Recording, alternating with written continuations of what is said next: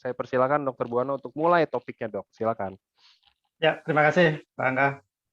Saya share screen, memulai untuk sharing pada sore hari ini, Bapak Ibu. Ya, kita akan membahas tentang stem cell terapi dan hal-hal yang mana saja yang paling penting bagi kesehatan kita. Ya, mungkin saya mulai dari slide ini ya. Bapak Ibu, kita mungkin memahami ya perkembangan dari tubuh kita ya, mulai dari lahir lah, ya, dari lahir seorang bayi yang ukurannya kecil begitu ya, sampai ya kita hadir ataukah kita memiliki tubuh yang sebesar begini sekarang. Ya, mungkin terpikir ya bahwa kalau dari kecil menjadi besar berarti tentu ada hal-hal yang berkembang ataukah yang bertumbuh gitu kan, pengertiannya begitu. Nah, tentu yang dimaksud itu adalah sel, karena tubuh kita tersusun dari sel, kan seperti itu. Ya. Nah, kemampuan sel kita memang memiliki kemampuan untuk bertumbuh dan berkembang. Ya, bertumbuh dan berkembang. Pada akhirnya dia akan mengalami siklus. Ya. Jadi bertumbuh, membesar begitu dari selnya kecil menjadi besar, kemudian bertumbuh, kemudian berkembang. Berkembang itu maksudnya dia membelah. Ya, dia bisa membelah diri menjadi sel yang sama, tapi pada akhirnya dia memiliki umur juga gitu ya. Jadi nanti setelah umurnya selesai dia akan mati, kemudian tergantikan lagi oleh sel yang lain. Jadi seperti itu. Nah, itulah kenapa dari yang kecil menjadi besar itu oleh karena sel yang membentuk tubuh kita itu bertumbuh dan berkembang ya. Itu pengertiannya ya. Tapi kita harus mulai dari awal ya Bapak Ibu ya. Semua makhluk hidup itu pasti dimulainya dari pertemuan antara sel sperma dan sel ovum gitu ya, seperti ya di gambar inilah ya. Jadi kalau kita perhatikan misalnya pertemuan antara sel sperma dan sel ovum ya kita sebut sebagai zigot ini, kemudian dia membelah sampai akhirnya menjadi satu kondisi yang kita sebut sebagai blastula ya. Dari blastula kemudian berubah menjadi gastrula. Nah, jadi pertumbuhan zigot memiliki waktu 4-5 hari ya setelah sel telur itu dibuahi oleh sperma, kemudian dia berkembang di dalam saluran tuba begitu ya sampai pada rahim. Itu pada umur 4 atau 5 hari dia sudah dalam bentuk yang kita sebut sebagai gastrula. Ya, pada warna biru yang ada kuning-kuningnya yang di bawah ini. Ya, itu coba kalau kita perhatikan. Di sana ada susunan sel yang kita sebut sebagai endoderm, ectoderm, dan mesoderm sebenarnya. Ya, ada tiga layer, ada 3 susunan sel. Itu sebenarnya yang menjadi cikal bakalnya. Ya, cikal bakalnya.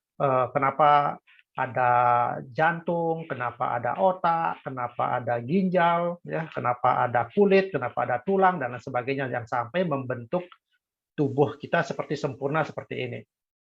Ya, jadi ini jawabannya Bapak Ibu. Kalau misalnya memikirkan bagaimana ya hanya satu sel itu bisa menjadi bentuk manusia seperti ini, gitu. Nah, jadi kita mulainya dari sini. Jadi pada saat sel itu membelah dalam kondisi yang kita sebut sebagai gastrula ini, ya, dia sudah membentuk 3 layer, ya, untuk 3 layer yang disebut endoderm, ectoderm, dan mesoderm. Nah, nanti kita akan lanjutkan ceritanya. Nah, ini jadi ectoderm, mesoderm, dan endoderm. Nah, dari susunan-susunan sel inilah yang akan membentuk jaringan-jaringan yang ada di bawah. Ya, mudah-mudahan Bapak Ibu bisa membaca ya jaringan-jaringan. Oh, ternyata dari ectoderm, lapisan yang paling luar itu, ya, lapisan yang paling luar dari susunan gastrula itu, dia bisa membentuk kulit, dia membentuk susunan kulit, ya, epidermis itu namanya. Jadi kulit kita terbentuk dari ectoderm. Selain itu dia membentuk sel-sel neuron, ya, sel-sel saraf kita. Jadi dari otak sampai ke belakang, susunan tulang belakang kita. Ya, itu juga dia bentuk. Kemudian pigmen, jadi warna. Ya, warna. Nah, kemudian dari mesoderm itu dari susunan yang di tengah itu bisa membentuk sel otak, sel jantung, kemudian susunan tulang dan ototnya, ya, kemudian ginjal, sel-sel darah, ya, dan susunan pada sel-sel pada saluran pencernaan kita. Nah, itu di mesodermnya. Sedangkan di endodermnya itu membentuk sel pankreas, tiroid, kemudian susunan pernapasan, ya, itu juga dia bentuk. Dan satu lagi, tidak lupa bahwa dalam untuk memperpanjang nanti kehidupan untuk nanti itu ada susunan sperma dan apa namanya sel telur. Itu tergantung nanti ke bahwa sigotnya ini apakah dalam jenis kelamin laki apa perempuan, gitulah ceritanya gitu, ya. Jadi sekali lagi itulah cikal bakalnya. Nah, kalau kita berbicara cikal bakal, sebenarnya stem cell-nya ini ada di sini, Bapak Ibu, gitu, ya. Jadi stem cell-nya utamanya ini ada di sini. Nah, dulu pengambilan pertumbuhan sel dari awal itu dimulai dari sini sebenarnya. Nanti mau dirubahnya ke mana gitu, ya, sampai pada akhirnya ya tubuh kita sudah lengkap dewasa seperti ini.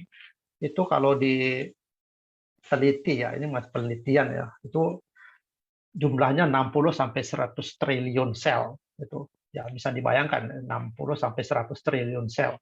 Jadi otak kita ada berapa miliar sel, ya, darah kita ada berapa, kulit kita tersusun dari berapa sel, dan lain sebagainya. Itu kalau dijumlah-jumlahin, ya totalnya 60 sampai 100 triliun sel. Nah, seperti tadi saya sampaikan, dalam pertumbuhan sel itu dia bertumbuh dan berkembang. Pada akhirnya dalam siklusnya itu mati dia. Nah, dalam penelitian juga itu ditemukan ratusan miliar sel yang mati setiap hari. Ya, jadi ada ratusan miliar sel, malah 432 miliar sel sampai dihitung sampai sebegitunya. Itu sel tubuh kita yang mati, ya, dan teregenerasi. Ya, teregenerasi itu artinya digantikan, ya, digantikan. Yang mati digantikan, yang rusak juga digantikan. Itulah proses yang terjadi setiap hari, Bapak Ibu. Ya, jadi sekali lagi dalam tubuh kita dalam kondisi yang seperti ini sebenarnya setiap hari, ya, bukan hanya ngomongin setiap hari, mungkin ada setiap detik kehilangan sel. Ada yang setiap menit, ada yang setiap jam, ada yang setiap hari, ada setiap bulan, ada malah tahun. Itu beda-beda, masing-masing sel yang membentuk organ kita berbeda-beda memiliki siklus hidup. Ya, seperti contoh ini otak kehilangan 190.000 sel kematian dalam satu hari. Darah malah setiap detik ada 2 juta sel. Ya, kulit ada 40.000 ya dalam satu hari dan sebagainya, ya.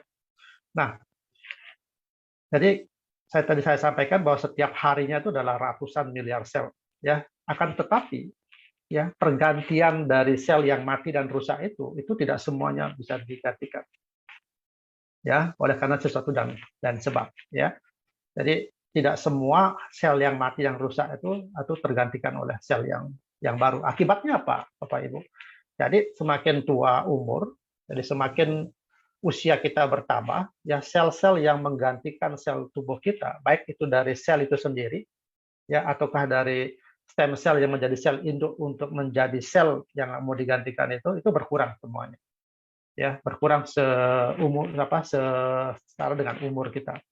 Nah, jadi kalau misalnya dia berkurang, tentunya organ sel-sel yang membentuk organ kita itu pasti tidak mulai terjadi satu hal-hal yang kurang, ya, baik dari sisi fungsinya, baik dari sisi kemampuannya untuk menjalankan fungsi, mendukung tubuh kita selama dalam hidup kita ini, gitu.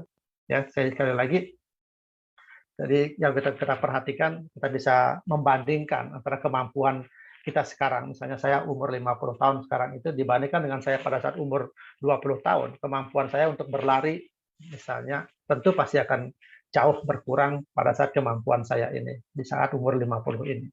Itu. Nah, kemampuan berkurangnya itu oleh karena ya jelas pasti kemampuan organ saya untuk mengambil peran berlari misalnya itu pasti akan berkurang karena organ saya ya pasti sel-selnya pasti sudah akan banyak yang tidak bagus, yang banyak yang sudah mati, dan tapi pergantiannya itu tidak bisa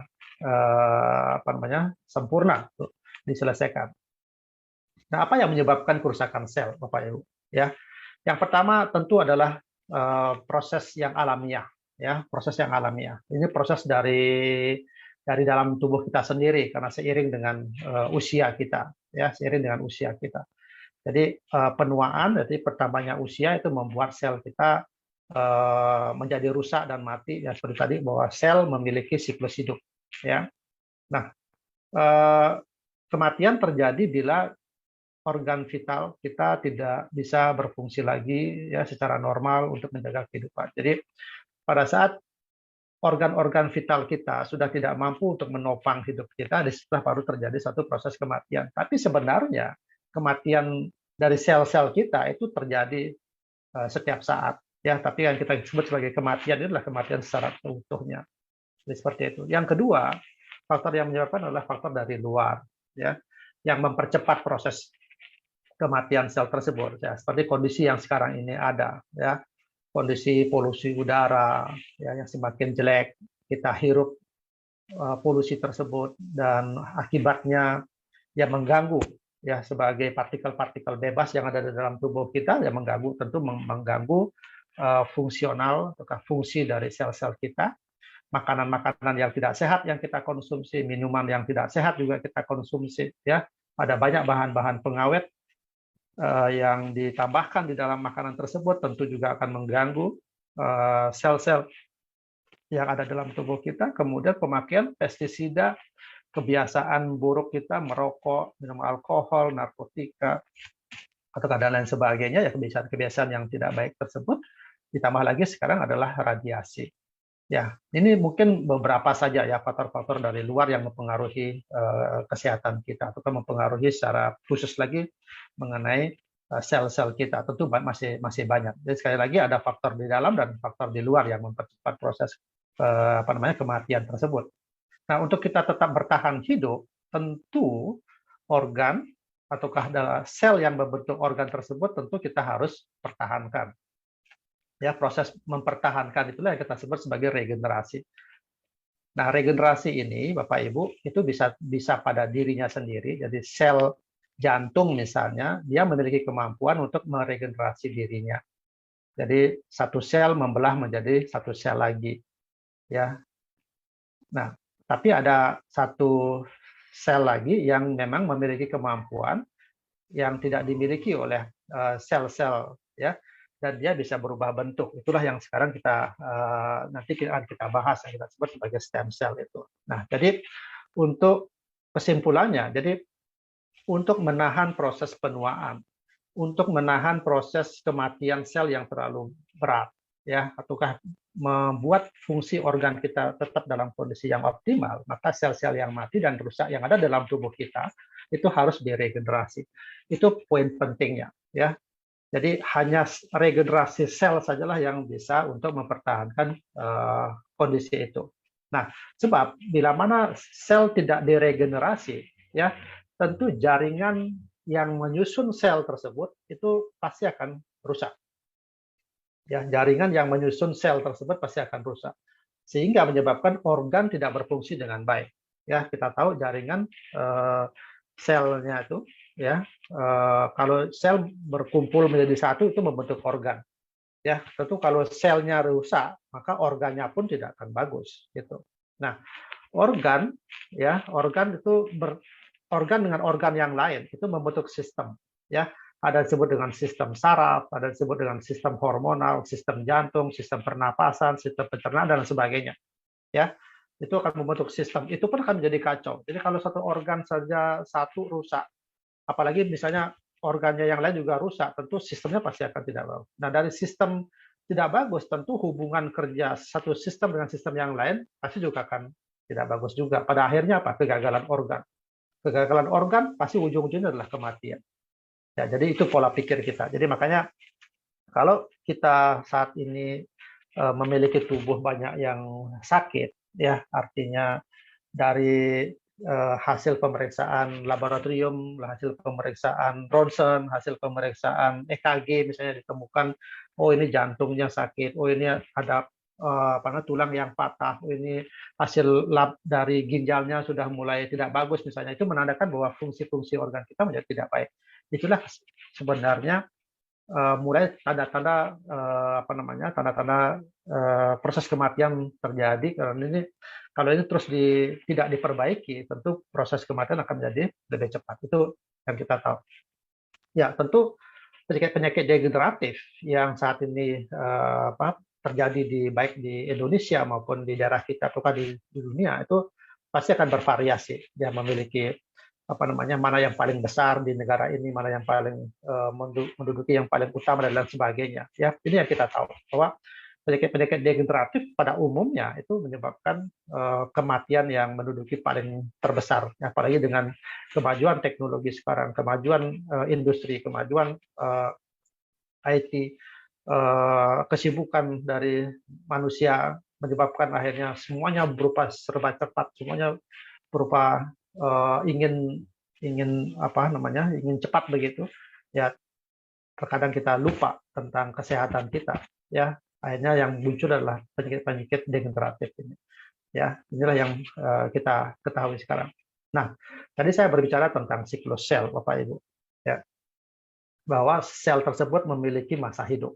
Ya, nah, kenapa siklus sel ini penting? Jadi kalau kita ketahui, ya, jadi kalau kita lihat gambar yang di kiri ya, di kiri bawah itu, jadi kalau kita lihat siklus sel itu mulai dari dia bertumbuh. Jadi bertumbuh yang warna merah sama warna biru itu, yang dia DNA, ya DNA itu dia direplikasi. Jadi dia satu menjadi dua, gitu, ya.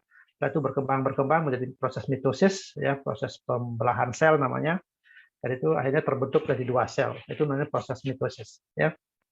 Nah, setelah proses begini, ya, tapi sebelum proses mitosis ini terjadi, bahwa sel yang kecil dia pasti akan bertumbuh menjadi yang besar. Itu prosesnya, ya. Sampai dia akhirnya menjadi mitosis, dan yang membelah ini dia memiliki masa hidup, ya. Tapi seberapa banyak sel itu bisa memitosis, ya. Tapi berapa lama dia bisa bermitosis, ya, tergantung dari kemampuan dari sel tersebut untuk hidup.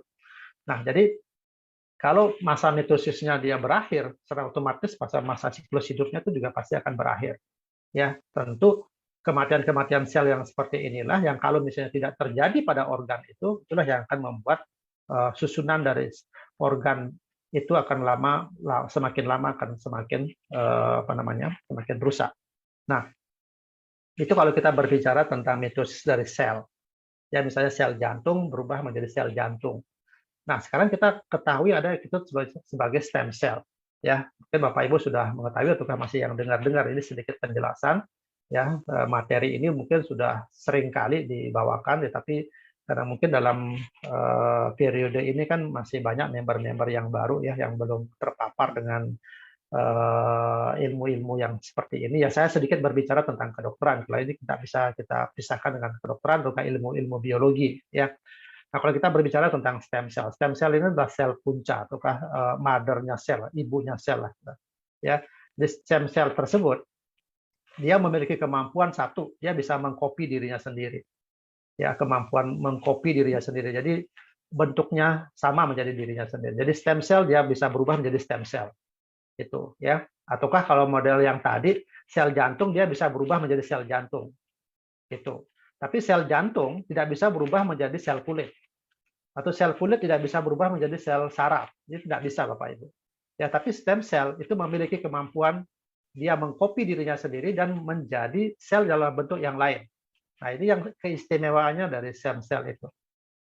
Gitu ya. Jadi sekali lagi stem cell bisa berubah menjadi dirinya sendiri dan bisa berubah menjadi bentuk sel yang lain.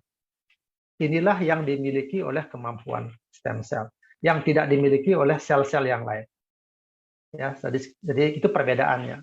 Ya, misalnya satu stem cell dia bisa menjadi sel dirinya sendiri, tapi di bagian lain dia akan menjadi sel kulit, dia menjadi sel jantung, dia menjadi sel saraf dan lain sebagainya.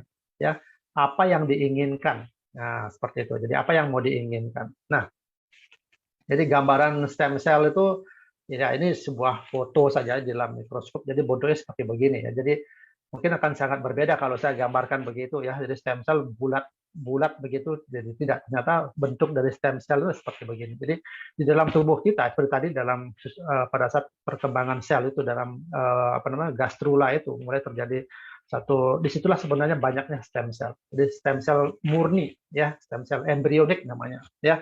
Jadi bentuknya seperti begini. Nah, mengapa dia harus menjadi dirinya sendiri stem cell tersebut dan menjadi sel dalam bentuk yang lain, ya. Jadi dia harus menjadi dirinya sendiri karena memang dia stem cell tersebut harus tetap bertahan, gitu, ya, harus tetap bertahan dia.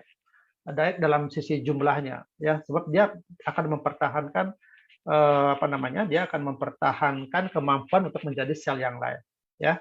Dan dia harus menjadi sel yang dalam bentuk yang lain, apa yang diinginkan. Misalkan ada organ kulit kita yang luka itu misalnya karena kena pisau, ya, tentu ada susunan sel kulit di sana yang mati, ada susunan sel-sel pembuluh darah yang mati, kemudian ada sekian sel darah misalnya yang keluar, ya. Nah, yang mati, yang keluar, yang rusak tersebut, ya, itu yang pertama bisa digantikan oleh sel itu sendiri, sel-sel kulit misalnya, epitel kulit, dia bisa menggantikan di situ. Tapi kalau dia tidak mampu, dia akan mengirimkan pesan kepada stem cell, ya, berupa message begitu, ya, dalam rangsang kimia gitulah, panggilan, tolong dong stem cell, kamu bantu saya untuk menutup luka ini. Sel yang saya butuhkan adalah sel epitel kulit gitu, ya. Jadi message-nya begitu. Nah, karena dikirimin message seperti itu, stem cell itu menjawab permintaan itu, dan dia membentuk sel epitel kulit untuk membantu proses yang ada di dalam kulit yang rusak tersebut. Itu, ya. Jadi stem cell itu berfungsi kalau ada message, ya, kalau ada permintaan lah gitu istilahnya, ya. Kalau ada permintaan, ya tentu tidak berbicara permintaan berupa SMS gitu, yaitu berupa pembicaraan kimia di dalam tubuh kita. Jadi begitu sempurnanya tubuh kita sebenarnya diciptakan oleh Tuhan. Jadi bagaimana sih komunikasi antara satu organ dengan organ yang lain, organ dengan stem cell, jadi seperti itu, ya. Nah, jadi karena stem cell memiliki kemampuan untuk berdiferensiasi, ya, membentuk sel-sel yang diinginkan, inilah yang bisa mempertahankan sel yang mati dan yang rusak, ya, menggantikan sel yang mati dan yang rusak untuk tetap menjaga kehidupan kita. Ya, itu, ya. Bapak Ibu, di mana kita bisa mendapatkan stem cell itu? Ya, seperti tadi saya bilang, stem cell itu ada dua, ya Bapak Ibu, ya. Stem cell yang dalam bentuk embryonik, artinya pada saat perubahan dari zigot berkembang menjadi sel yang lebih banyak lagi, ya. Dalam hal ini yang kita sebut dalam gastrula itu, ya, dalam gastrula, karena dalam gastrula itu mulai dia membentuk jenis sel yang diinginkan. Itu yang pertama, adalah itu disebut sebagai embryonic stem cell. Yang kedua itu bila mana kita sudah dewasa, artinya sudah lahir ke dunia ini, itu kita juga memiliki stem cell di dalam. Tinggal ngambil aja stem cell-nya, ya. Nanti di mana kita bisa dapatkan itu? Sebentar saya jelaskan. Nah, stem cell terapi itu seperti apa, ya? Nah, kita sekarang memahami dulu bahwa stem cell itu adalah sel penyembuh yang ada di dalam tubuh kita. Itu yang tadi saya bilang Bapak Ibu, bahwa stem cell itu adalah berusaha untuk memperbaiki, berusaha untuk menggantikan, ya, sel yang rusak, sel yang mati, dia berusaha gantikan. Karena dia sifatnya menggantikan posisi itu, ya, maka kita sebut sebagai memang sel penyembuh. Jadi yang bisa menyembuhkan diri kita sendiri adalah diri kita sendiri sebenarnya, ya, karena kita memiliki stem cell. Nah, sekarang bagaimana upaya kita agar stem cell di dalam tubuh kita itu terus dalam posisi yang banyak gitu sebenarnya, dalam posisi yang masih optimal gitu, ya, sehingga dia akan terus memiliki fungsi, ya, untuk itu. Nah, tadi kita ada pertanyaan terapi stem cell itu seperti apa, ya. Misalnya ini contoh, ya, kita ambil dari stem cell embryonik, ya. Jadi istilahnya gini, kalau misalnya ada ibu-ibu yang sedang hamil, ya ibu-ibu yang sedang hamil, kemudian di usia 4 sampai 5 hari, ya bayinya yang paling kecil itu di usia 4 sampai 5 hari itu diambil, gitu, ya itu diambil. Nah, selnya itu diambil, kemudian kita lihat misalnya di gambar itu ya kita diambil. Nah, yang di tengahnya itu, yang bulatan-bulatan itu ya stem cell-nya itu diambil, ya diambil, dibawa di apa ya, diperiksa sedemikian rupa gitu ya di sebuah laboratorium, kemudian barulah dia dibiakkan, ya ini baru kan dibiakkan di sana, ya bagaimana supaya sel tersebut tumbuh gitu, ya tentu ada nutrisinya di sana. Nah ini yang paling tahu nih ahli-ahli biologi yang paling tahu ya bagaimana caranya untuk menumbuhkan sel yang lebih banyak lagi itu. Nah selanjutnya adalah sekarang setelah embryonic stem cell itu bertumbuh menjadi sebuah pertumbuhan yang lebih banyak, sekarang yang diinginkan itu apa? Ya, sekarang yang diinginkan itu misalnya saya menginginkan pengobatan pada seseorang yang memiliki masalah pada kulit misalnya. Ya. Nah, sehingga stem cell yang sedang ditumbuhkan itu diubah bentuknya menjadi sel-sel kulit. Ya, melalui suatu intervensi tertentu gitu.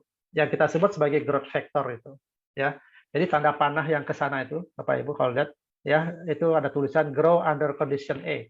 Ya, artinya itu ada intervensi tertentu pada embryonic stem cell ini ya sehingga stem cell itu berubah menjadi kulit misalnya. Kalau kita inginkan itu perubahannya menjadi kulit. Nah, stem cell yang sudah berubah menjadi sel-sel kulit inilah yang akan disuntikkan ke dalam tubuh manusia itu. Ya, ke kulit yang mana yang mau? Ya, pada misalnya kulitnya di lengan misalnya ya disuntikkan di lengan. Sehingga memang dia akan mencari bertumbuh lagi ke sana. Ya. Jadi seperti itu. Misalnya dia berubah menginginkan bahwa sel tersebut akan berubah menjadi sel-sel saraf misalnya. Ya udah, kita berikan satu kondisi tertentu ya yang kita sebut sebagai growth factor itu, maka stem cell tersebut akan berubah menjadi sel-sel neuron, sel-sel saraf. Demikian juga selanjutnya. Ya. Jadi seperti itu. Nah, ini yang kita sebut sebagai terapi sel. Ya, terapi stem cell gitu. Ya. Jadi memang benar-benar istilahnya tentu yang diambil itu stem cell yang diambil itu adalah memang untuk dirinya ya, makanya sekarang itu ataukah ada satu lembaga laboratorium yang menawarkan kepada para orang tua misalnya, Bu, mau nggak misalnya plasentanya di di bank, taruh di bank gitu ya, bank plasenta gitu ya. Nanti suatu saat kalau anaknya ibu mengalami masalah, nah plasenta ini yang di dalamnya mengandung stem cell gitu ya, itu bisa dibiakkan lagi dan bisa untuk ngobatin sakitnya anak yang memang sakitnya misalnya langka gitu, yang tidak bisa diobati gitu misalnya. Nah itu langkah-langkahnya akan seperti begini yang tadi saya sampaikan. Ya, oke itu. Nah sekarang jadi pertanyaan apakah model seperti ini akan dilakukan apa enggak? Sebab tadi saya bilang umur 4-5 hari itu diambil. Itu kan ya di semua agama mungkin tidak akan mengajarkan hal yang seperti ini, Bapak Ibu, kan itu adalah pembunuhan kan gitu ya. Tapi sekarang ini model stem cell yang jaringan itu sudah banyak berkembang sekarang ya. Jadi stem cell kita ternyata tidak hanya berada pada pertumbuhan sel dari sigot menjadi blastula atau gastrula itu, tapi sekarang ini kemajuan teknologi itu bisa mengambil stem cell dari manapun dari dalam tubuh kita ya, bisa dari permukaan mata, bisa dari otak ya, bisa dari kulit kita sendiri ya, bisa dari payudara ya, bisa dari usus kita, bisa dari testis kita, bisa dari otot-otot dan lain sebagainya ya. Nah kebanyakan kan dulu di bone marrow ya, rasum-sum tulang, tapi sekarang pernah saya ikut sebuah seminar di Bandung, itu malah di sel-sel lemak kita yang ada di dalam perut kita itu banyak sekali sekarang dimanfaatkan untuk pertumbuhan stem cell. Di stem cell dalam lemak kita ternyata banyak sekali ya. Jadi kalau kita ingin misalnya menginginkan wajah kita menjadi lebih kinclong gitu ya, jadi lebih bersih, lebih bagus itu susunan kulit-kulitnya.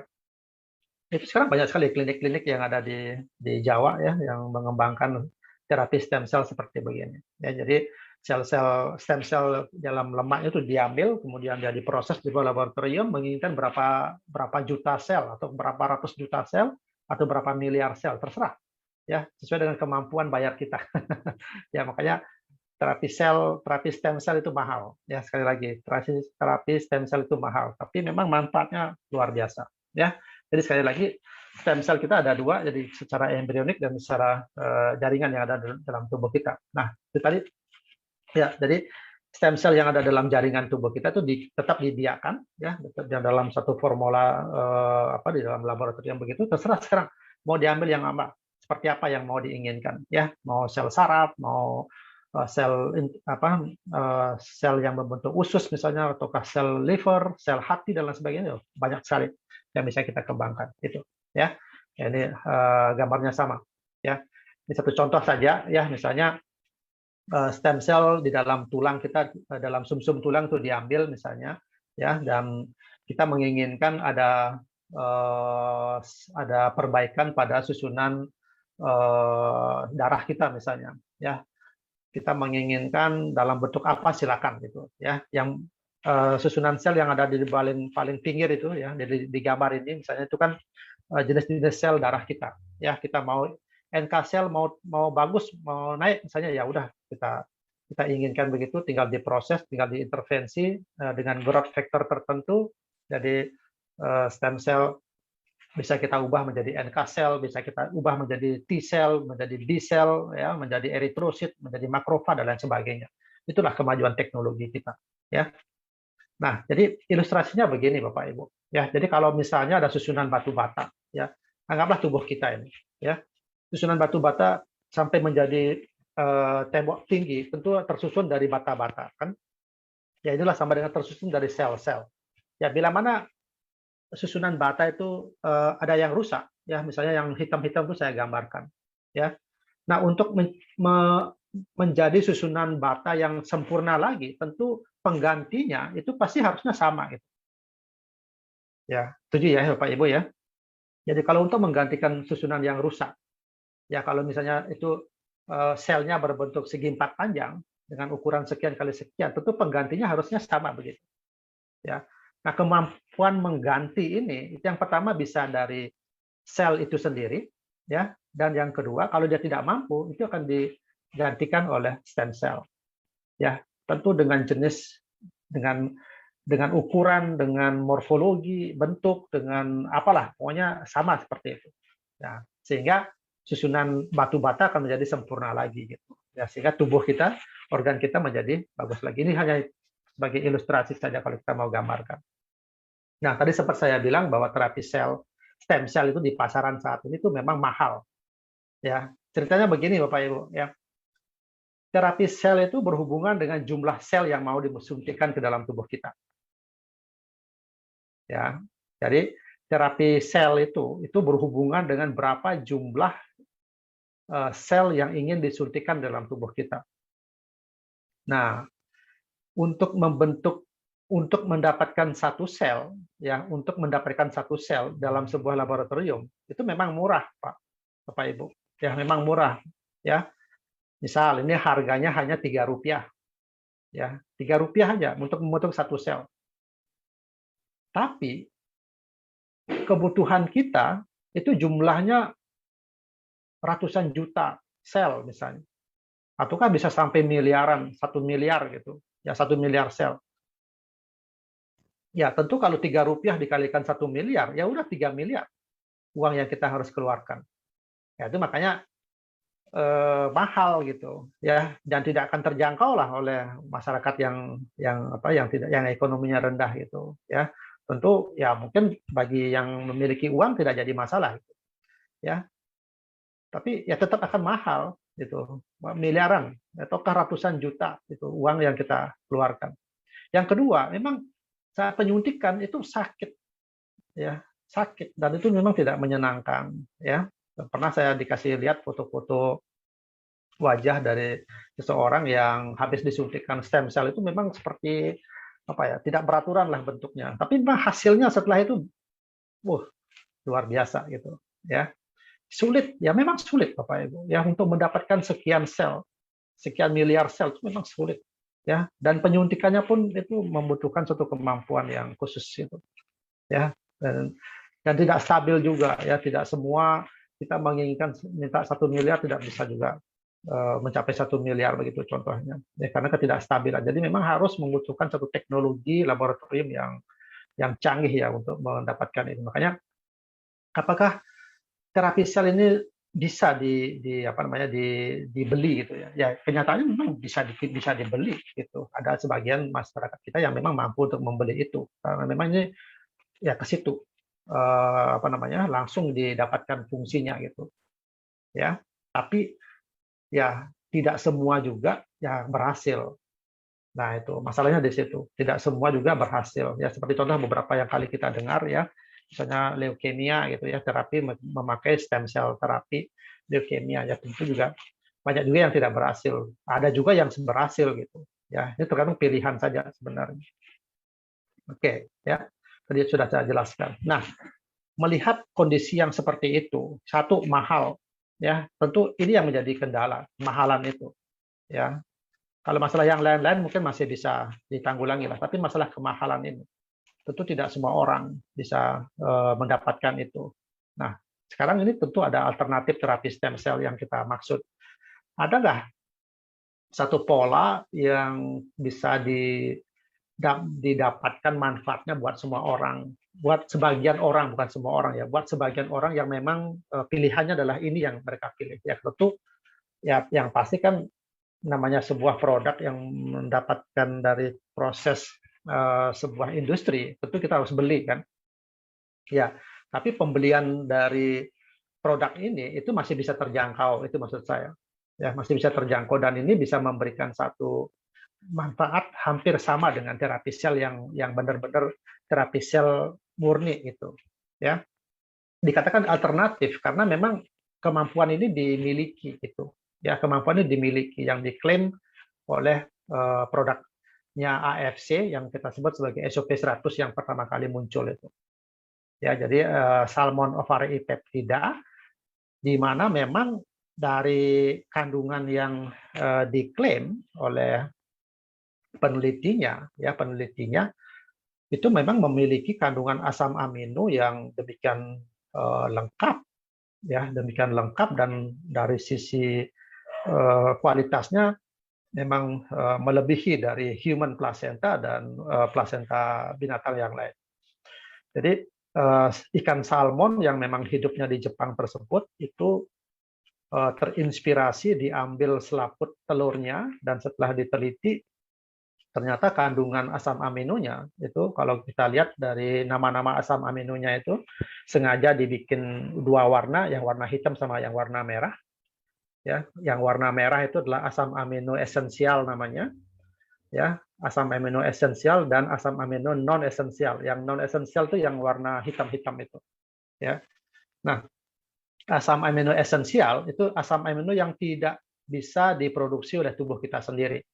Nah, tubuh kita sendiri sebenarnya bisa memproduksi asam amino. Yang bisa diproduksi asam aminonya namanya asam amino non esensial. Nah, karena tidak bisa diproduksi oleh tubuh kita, maka untuk mencukupi kebutuhan itu, maka asam amino tersebut orang yang harus dapat dari luar. Memang harus kita didapatkan dari makanan yang kita konsumsi setiap hari. Nah, itu. Jadi kata kuncinya begitu, Bapak Ibu. Nah, sekarang SOP 100 atau SOP menyediakan kandungan asam amino esensial yang demikian yang demikian lengkap. Jadi ada 9 ya, sebenarnya ada 9 asam amino non esensial. Ya, 9 asam amino esensial yang sudah terkandung di dalamnya di sini. Dan ada 11 asam amino non esensial yang ditambahkan lagi yang didapatkan lagi kandungannya di dalam SOP ini. Yang notabene dalam tubuh kita juga sendiri sebenarnya sudah bisa memproduksi. Jadi dengan kemampuan yang seperti begini, yang kita tahu bahwa asam amino itu merupakan bagian yang dalam pembentukan protein, ya.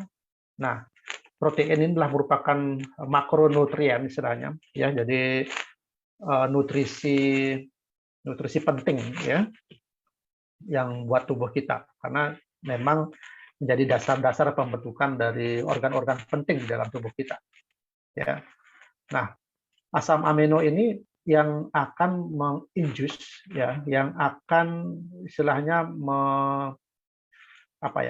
membangunkan, gitu ya, membangunkan stem cell yang lagi tidak aktif di dalam tubuh kita, gitu. Jadi asam-asam amino inilah yang membangunkan stem cell yang tidak aktif dalam tubuh kita agar dia aktif kembali untuk memperbanyak diri. Ya, agar memperbanyak diri dan bisa melakukan fungsi diferensiasi, ya, menjadi sel-sel yang dibutuhkan buat organ-organ yang mengalami kerusakan. Nah, ya, sekali lagi garis kata kuncinya di sana Bapak Ibu. Jadi produk kita SOP 100 itu, atau SOP Subarasi yang mengandung SOP 100 itu bukan stem cell Bapak Ibu. Ya, sekali lagi produk kita itu bukan stem cell. Tetapi kandungannya, asam amino yang dikandung, itulah yang bisa mengaktifkan, bisa menginjus, bisa mendorong, gitu ya, mendorong stem cell yang ada di dalam tubuh kita, yang dalam kondisi diam, dalam kondisi tidak aktif itu menjadi lebih aktif lagi. Ya, akibatnya dia akan bisa bekerja lebih optimal lagi. Ya, seperti itu. Jadi jangan salah, ya, jangan salah Bapak Ibu. Nanti dibilang bahwa produk SOP adalah produk stem cell, bukan. Ya, jadi sekali lagi bukan. Tapi produk isinya, nutriennya itu, asam aminonya itulah itu yang bisa mengaktifkan dia. Ya, bisa mengaktifkan fungsi dari stem cell yang ada di dalam tubuh kita. Ya, makanya asam amino di dalam tubuh kita itu ada yang tadi yang di bawah ini dalam slide itu saya tuliskan yang warna merah, mempercepat dimulainya proses penyembuhan luka, ya, membantu produksi hormon pertumbuhan, ya. Nah, jadi itu. Nah, inilah yang bisa diklaim bahwa memang SOP 100 dengan kandungan asam aminonya itu memang memiliki kemampuan untuk regenerasi. Ini kan proses regenerasi, penyembuhan luka itu kan proses regenerasi.